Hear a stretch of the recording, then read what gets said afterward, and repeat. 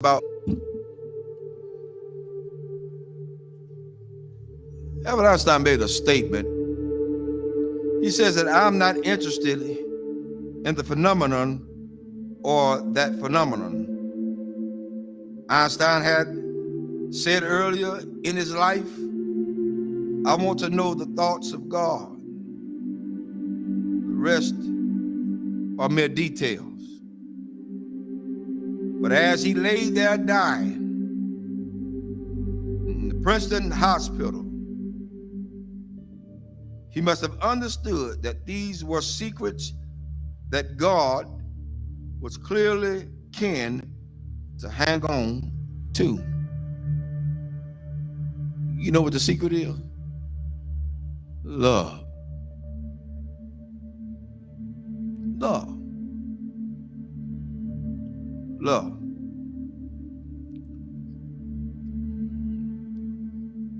I'm gonna share something tonight with everybody, and hopefully it'll hit close to home.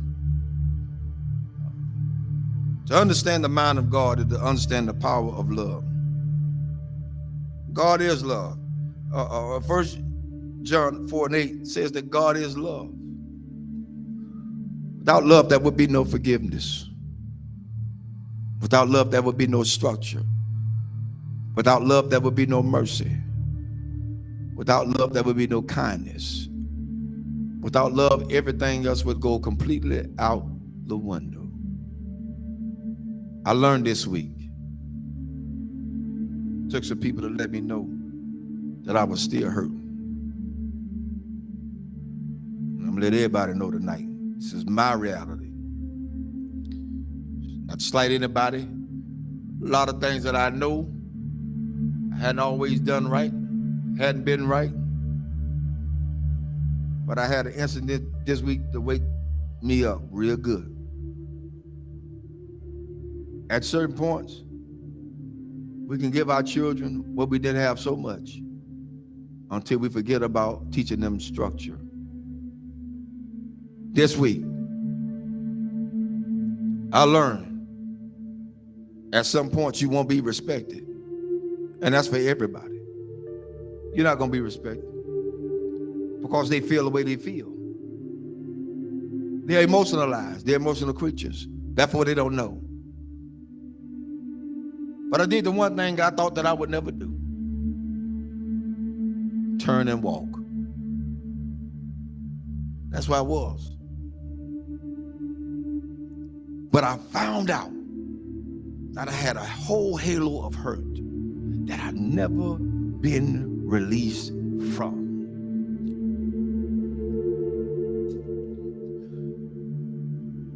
My respect factor has never really been known because I never got it. Never got it.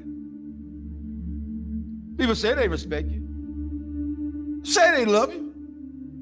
Where is it?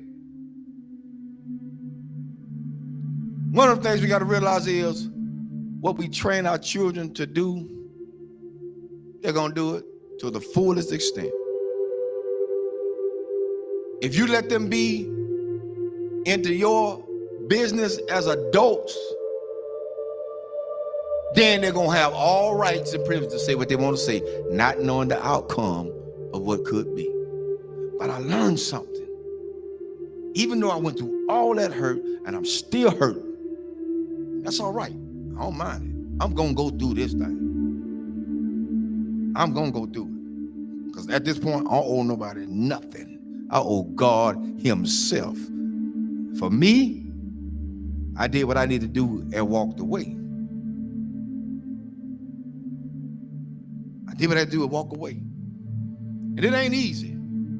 It ain't easy trying to do right and you still get damaged. It ain't easy. God help me tonight. It is not easy.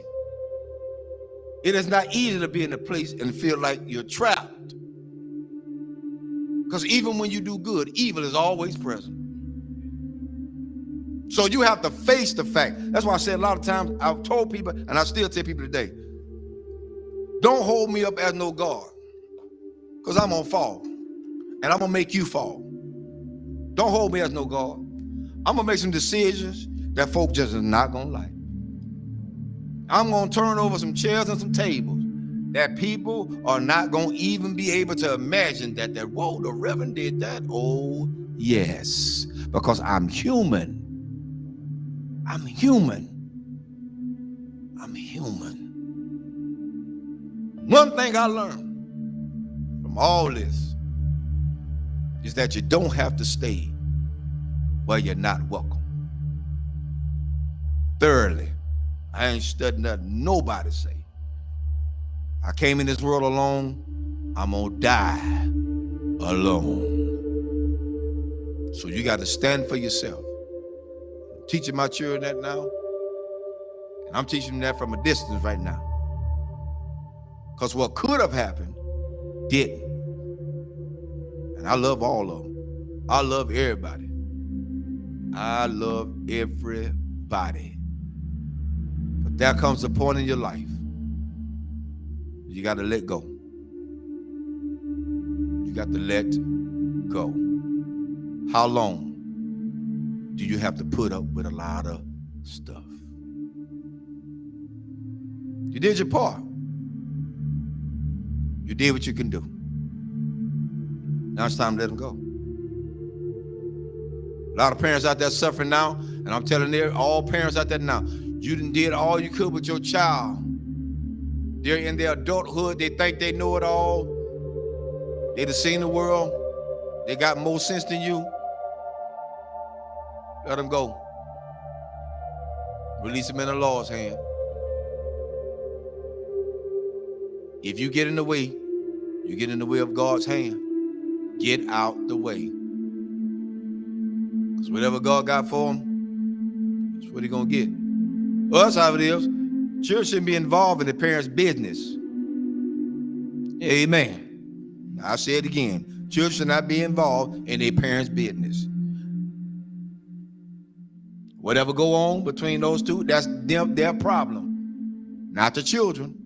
But the children are affected by it. But guess what? It's up to those parents to sit the children down and talk to them together, not apart. Together. Together. You want to stop a whole lot of confusion? Talk about it together. You don't want to break down the communication? Talk about it together.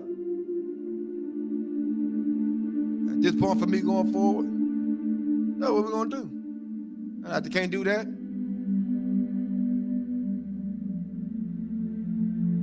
I ain't playing with them. There's a lot you can do.